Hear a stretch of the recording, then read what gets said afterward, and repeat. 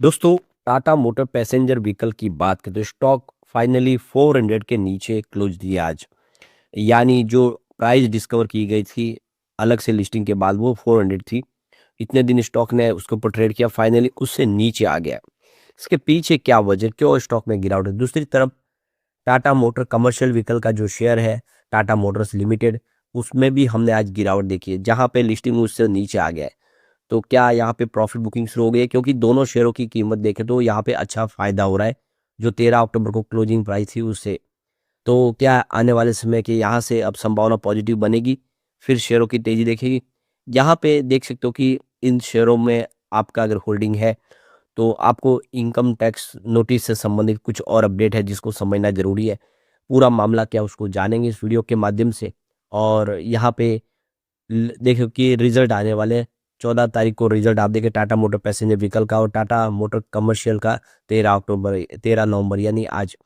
तो क्या है संभावना उसको जानेंगे इस वीडियो के माध्यम से। लेकिन फ्रेंड्स, उससे पहले अगर आप पहली बार हमारे चैनल पे आए तो चैनल को सब्सक्राइब कर दीजिए, एक बेल आइकॉन दबा दीजिए ताकि जब भी नया वीडियो बने पहला नोटिफिकेशन आपको मिले। वीडियो पसंद आए तो लाइक से जरूर कीजिए। चलो फ्रेंड्स, वीडियो स्टार्ट करते हैं। मैं हूँ आपका दोस्त SB दवे और हमारे अपने चैनल ऑनलाइन कमाई में आपका बहुत बहुत स्वागत है। सबसे पहले टाटा मोटर पैसेंजर व्हीकल के कारोबार की बात करें, आज 398 पर क्लोजिंग देखने को मिली, जहां पे 1.03% की गिरावट हुई। स्टॉक आ गया है दबाव में। तो कल 402 पर क्लोजिंग देखने को मिली, आज शुरुआत तो पॉजिटिव 404 पर।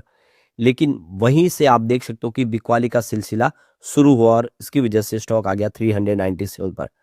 तो जो 400 की प्राइस डिस्कवर की गई थी उससे नीचे आ गया। यानी अब यहाँ पे आप देखोगे करीब 3 रुपए का जो निवेशकों को लॉस हो रहा है। अब अगर हम बात करें टाटा मोटर्स लिमिटेड की, यानी टाटा मोटर कमर्शियल व्हीकल का बिजनेस, तो देखो कि क्लोजिंग कल 329 पर थी, पॉजिटिव काफ़ी अच्छी कल इसने शानदार किया है। आज 316 पर कम गिरावट के साथ शुरुआत हुई क्योंकि प्रॉफिट बुकिंग हावी हुई, लेकिन हाई इंट्राडे का 326 तक बना, लेकिन वो रह नहीं पाया। अंत में क्लोजिंग 320 पर हुई है, 2.84% की गिरावट के साथ। तो ये गिरावट इसलिए हो रही है क्योंकि यहाँ पे हो रही है प्रॉफिट बुकिंग। अब आपको ये पता ही होगा कि इसकी जो प्रॉफिट अभी भी अच्छी लोगों को मिल रही है, तो प्रॉफिट बुकिंग तो होगी। क्योंकि शेयर्स आप देखिए वो 400 के आसपास शेयर की कीमत गिरेंगी तो इसकी कीमत 260 के आसपास है, क्योंकि 660 की क्लोजिंग प्राइस थी 13 अक्टूबर को। और इसी वजह से लोगों को लगता है कि ये स्टॉक और नीचे आ सकता है। तो इस वजह से यहाँ पे अब प्रॉफिट बुकिंग करें जिसके पास शेयर आ चुके हैं डीमेट में। अब यहाँ पे एक जो बड़ी अपडेट निकल के, टाटा मोटर्स लिमिटेड जो अब नई कंपनी बनी है Tata motor commercial vehicle limited, उन्होंने नोटिस जारी की है और यहाँ पे उन्होंने न्यूज़पेपर के अंदर एडवर्टाइजमेंट दी है। 13 नवंबर 2025 यानी आज वो अपना Q2 का रिजल्ट डिक्लेयर करने जा रहे हैं। तो दोनों कंपनियां अलग हो चुकी है। 14 नवंबर को आप देख सकते हो कल टाटा मोटर पैसेंजर व्हीकल का बिजनेस भी हमारे सामने आएगा, तो उसका कल रिजल्ट हम देखेंगे। तो ये समझ सकते हो कि इसकी जानकारी इन्होंने शेयर कर दी है। तो टाटा मोटर कमर्शियल व्हीकल के बिजनेस के रेवेन्यू की बात तो फाइनेंशियल 2025 में 75,055 करोड़ का टोटल रेवेन्यू कंपनी ने बताया। और यहाँ पे कंपनी का एबिटाडा देखें तो 8,856 करोड़ के आसपास रहा है। तो इसका मतलब जो कंपनी का मार्जिन है वो 11.8% के आसपास है।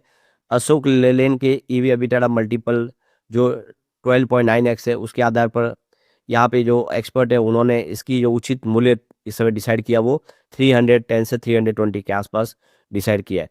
तो शेयर की प्राइस आप देख सकते हो कि उसी के आसपास आ गई है जो इसकी फेयर वैल्यू बताई गई है।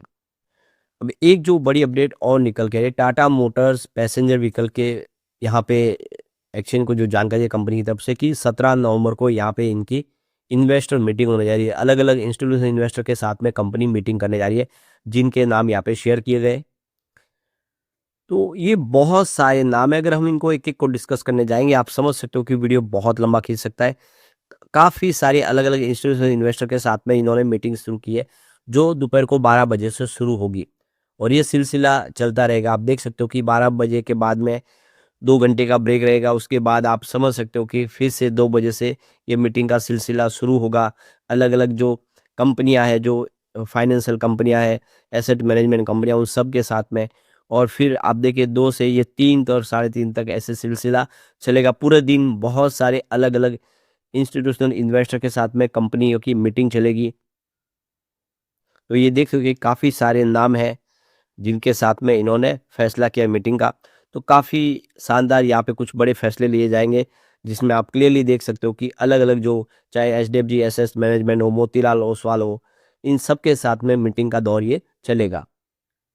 यहाँ पे जो अपडेट निकल के आ रही है कि टाटा मोटर लिमिटेड का शेयर या फिर टाटा मोटर पैसेंजर व्हीकल का जो शेयर है, उसमें से अगर कोई शेयर आपके पास है या खरीदने जा रहे हैं, तो टैक्स नोटिस से संबंधित आपको जानकारी होनी चाहिए, वरना आपको नोटिस मिल सकता है।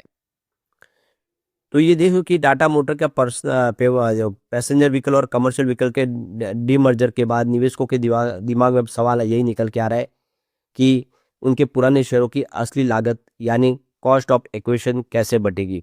तो टैक्स कानून के हिसाब से आपकी पुरानी जो कॉस्ट है अब हिस्सों में दो हिस्सों बंटने जा रही है। एक हिस्सा पीवी बिजनेस का होगा, दूसरा सीवी बिजनेस का होगा। लेकिन 2018 वाले देख सकते हो कि एफएमबी नियम और इंडेक्सेशन के कारण यह गणित सभी निवेशकों के लिए अलग अलग हो जाता है, और पूरा खेल क्या होगा और किस तरह से टैक्स की जो देनदारी तय होगी वो आपको समझना चाहिए। तो ये देख सकते हो कि पहले आपके पास टाटा मोटर का एक ही शेयर था, अब आपको दो अलग अलग कंपनियों के शेयर मिल गए, जिसमें टाटा मोटर पैसेंजर व्हीकल का बिजनेस है और टाटा मोटर का कमर्शियल व्हीकल का बिजनेस है। यह आपका फ्री बोनस जैसा है, लेकिन टैक्स नियम अलग अलग, क्योंकि जब आप पीवी या सीवी का शेयर बेचेंगे, कैपिटल गेन इसी से कॉस्ट से निकलते हैं। गलत कॉस्ट लगाने पर टैक्स ज़्यादा लग सकता है या टैक्स नोटिस भी आ सकता है, इसीलिए आपको कॉस्ट स्प्लिट को अच्छे से समझना चाहिए। तो देख सकते हो कि कंपनी का जो शेयर अब दो हिस्सों में बढ़ चुका है, तो आपकी कॉस्ट भी दो हिस्सों में बढ़ जाएगी।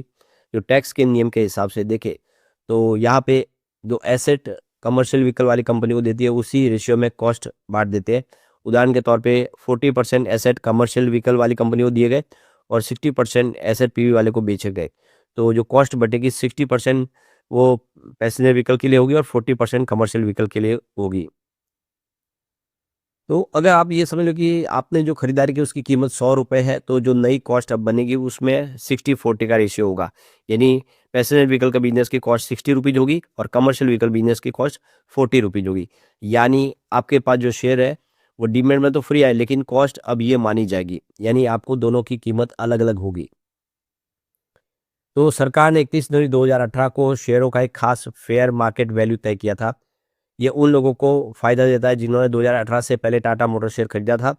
ये एफएमवी आपकी कॉस्ट को बढ़ाने में मदद करता है, जिससे कैपिटल गेन कम लगते हैं। टाटा मोटर पैसेंजर व्हीकल और कमर्शियल व्हीकल पर एफएमवी कैसे लागू हुआ, यह अभी फिलहाल ट्विस्ट है। पीवी पुराने टाटा मोटर का हिस्सा है और एफएमवी का फ़ायदा उसको मिल सकता है, जिसके पास पुराने शेयर है। तो कमर्शियल व्हीकल नई कंपनी 2018 में मौजूद नहीं थी, तो एफएमवी का फ़ायदा उनको नहीं मिलेगा। इसलिए पीवी की कॉस्ट बढ़ सकती है और सीवी की नहीं बढ़ेगी। तो सीवी शेयर की कॉस्ट हमेशा ओरिजिनल कॉस्ट से ही निकलेगी। सीवी नई कंपनी है, इसलिए उसमें एफएमवी का कोई हिस्सा लागू नहीं होगा। तो ओरिजिनल कॉस्ट बस रेशियो वाला हिस्सा ही सीवी का है। तो इंडेक्सेशन कैसे मिलेगा? आप देख सकते हो कि 2018 से पहले अगर आपने टाटा मोटर के शेयर खरीदे, उस समय कंपनी लिस्टेड नहीं थी और इंडेक्सेशन मिलेगा, लेकिन सीवी को कभी भी इंडेक्सेशन या एफएमवी नहीं मिलेगा। सीवी की जो कॉस्ट है वो ओरिजिनल कॉस्ट का ही रेशियो का हिस्सा बनेगी। तो बहुत आसान भाषा में अगर आप समझे, तो पीवी शेयर बेचेंगे तो टैक्स कम लगेगा, क्योंकि एफएमवी आपकी कॉस्ट बढ़ा देता है। सीवी शेयर बेचेंगे तो टैक्स थोड़ा ज़्यादा लग सकता है, क्योंकि कॉस्ट कम होगी। डीमर्जर पर आपको टैक्स नहीं लगता है, दोनों शेयर की होल्डिंग पीरियड में ही रहेगी। जब टाटा मोटर के शेयर आपने खरीदे, उसी के हिसाब से आपका पीरियड गिना जाएगा। जब आप शेयर बेचेंगे, तभी आपको उसका जो टैक्स बनेगा वो देना होगा। तो जो लंबे समय से शेयर जो निवेश किए उनको फ़ायदा ही होगा, कोई चिंता की बात नहीं। तो यहाँ पे अब देखिए, टाटा मोटर पैसेंजर व्हीकल और कमर्शियल व्हीकल के बिजनेस को लेकर सैमको सिक्योरिटीज के रिसर्च एनालिस्ट जागीर प्रजापति का कहना है कि डीमर्जर होने से दोनों कंपनियों को अब अपनी ताकत से आगे बढ़ने का मौका मिलेगा। तो पैसेंजर व्हीकल और कमर्शियल व्हीकल का बिजनेस दोनों ही बेहतर करेंगे। पैसेंजर व्हीकल के बिजनेस में इलेक्ट्रिक व्हीकल का एक मजबूत बिजनेस है, जिसमें कंपनी पूरे मार्केट लीडर भी है, और ऑलरेडी कमर्शियल व्हीकल का बिजनेस पहले से प्रॉफिट मेकिंग बिजनेस है, तो उसको भी अब आगे बढ़ने का मौका मिलेगा। उन्होंने अब आईवेको का अधिग्रहण कर लिया है, ग्लोबल मार्केट में तेजी से काम बढ़ेगा। तो दोनों ही शेयर आने वाले समय बेहतर करते हुए दिखाई देंगे।